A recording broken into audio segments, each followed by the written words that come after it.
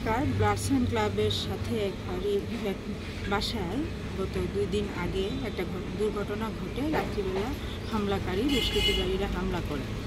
তো সেই ঘটনার পরিপ্রেক্ষিতেই আমরা আউটপোস্টে গিয়েছিলাম। তো ওনার নাম অভিজিৎ সেনগুপ্ত। ওনার বাড়িতে রাত্রিবেলা কে বা কারা সন্ত্রাসী হামলা চালায়।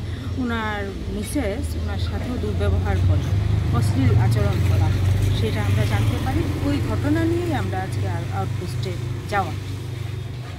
কি বলেছে পুলিশ? অধিকর্তা বলেছেন, দায়িত্বপ্রাপ্ত যিনি ছিলেন ওনার সাথে আমাদের কথা হয়েছে। ওনার সাথে কথা হয়ে উনি আমাদের আশ্বস্ত করেছেন।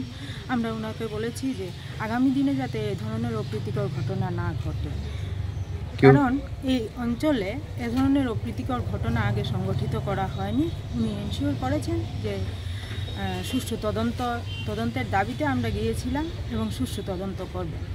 ইভেন এলাকাতে যাতে পুলিশি টহলটা একটু বেশি করা হয়, যাতে এ ধরনের দুর্ঘটনা পরবর্তীতে না ঘটে, সেই জন্য আমরা গিয়েছিলাম। ওনাদের সাথে কথা হয়েছে, উনি আমাদেরকে আশ্বস্ত করেছেন। ঘটনাটা কবে হয়েছিল এবং কি মূলত ঘটনাটা কি নিয়ে?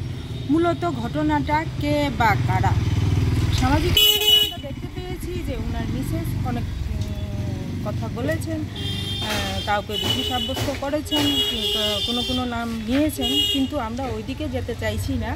আমরা বলতে চাইছি যে এ ধরনের ঘটনা আগে ঘটেনি, আগামীতেও যাতে এ ধরনের ঘটনা না ঘটে। কোন জায়গায় ওনাদের বাড়িটা? ওনাদের ব্লাডস অ্যান্ড ক্লাবের সাথে। নাম অভিজিৎ সেনগুপ্ত। কাদের তরফ থেকে আজকে আপনারা থানাতে গেলেন? আমরা সারা ভারত গণতান্ত্রিক নারী সমিতি অভয়নগর অঞ্চল কমিটির পক্ষ থেকেই আজকে গিয়েছিলাম। আপনার পরিচয়টা? আমি কাজল রেখা সিনহা, লোকেল সারা ভারত গণতান্ত্রিক নারী সমিতি সম্পাদিকা, অঞ্চল সম্পাদিকা।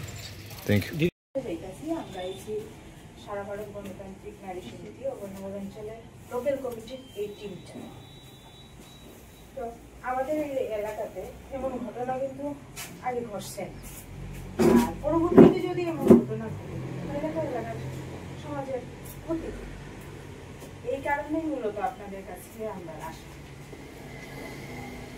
তো যদি এলাকাতে টহলদারিটা, পুলিশি টহলদারিটা একটু শক্ত করা যায়, তাহলে মনে হয় পরবর্তীতে এমন ঘটনা ঘটত।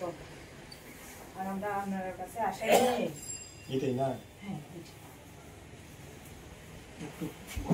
আগে একটা ঘটনা সংঘটিত হয় এখানে ক্লাবের, এই পার্শ্ববর্তী ক্লাবের এলাকাবাসী অভিজিৎ সেনগুপ্তর বাড়িতে রাত্রিবেলা হামলা করা।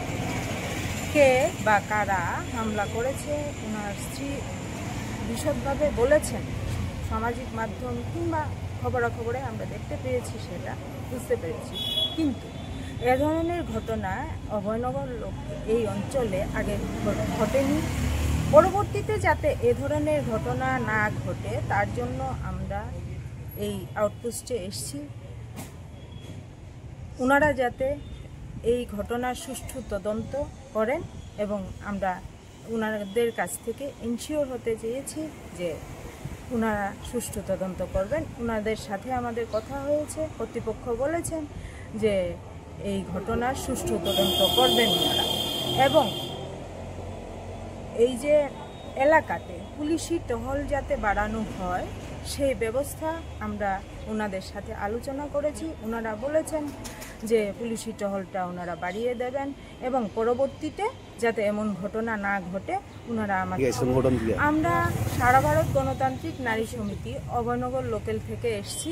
আমাদের এই কয়েকজন প্রতিনিধি নিয়েই আমরা ওনার সাথে দেখা করতে এসেছি।